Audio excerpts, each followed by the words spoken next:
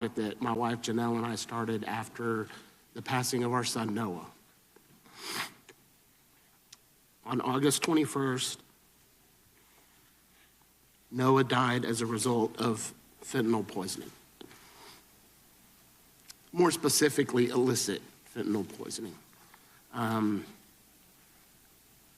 He was 15 years old. He was a sophomore at Johnson High School in Hays County.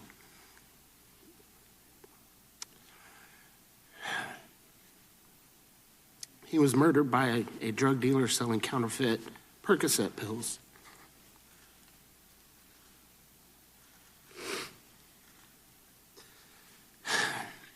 The pill he took contained 8 milligrams of fentanyl, which is 4 times the lethal dose. There was no Percocet in the pill. There were no other drugs in the pill besides illicit fentanyl.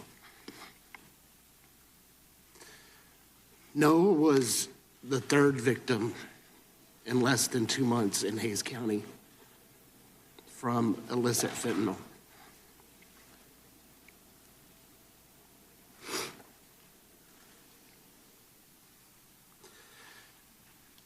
Kevin McConville, another Hays student, passed away from a counterfeit Xanax that contained illicit fentanyl.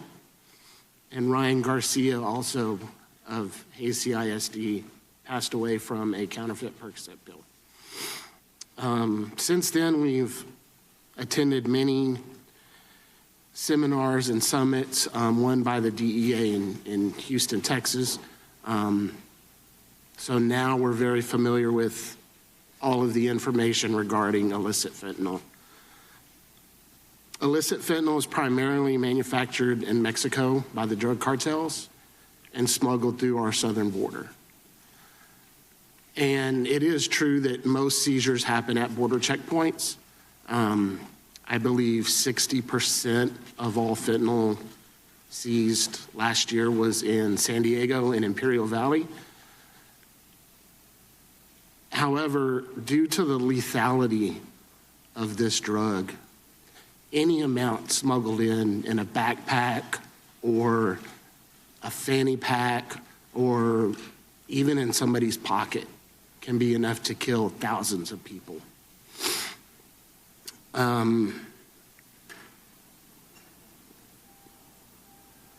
So as you can see, it's not just a border checkpoint issue. Any amount over, I would probably under 1 milligram could be lethal in some instances, but 2 milligrams is the most common number put out there. And without immediate medical intervention, a person is not likely to survive. That's how fast it kills.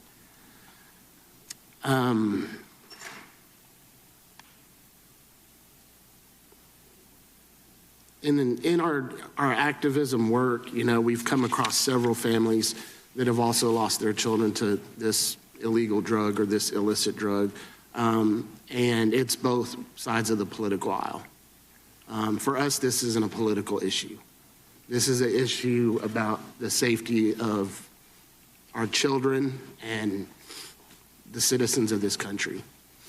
We're working with several state legislatures who are primarily Democrats in our area on legislation to stop this from happening as well.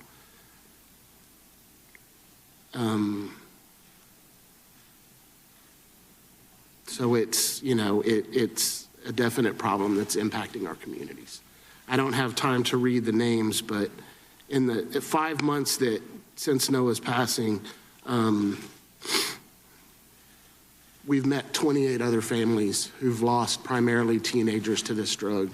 The current statistic is it's the #1 killer from 18 to 45. Honestly, we believe that next year that number will probably drop to 15 to 45. And we've had some children as young as 13 years old die from this drug. Thank you. Thank you, Mr. Dunn. We appreciate you and your wife being here today.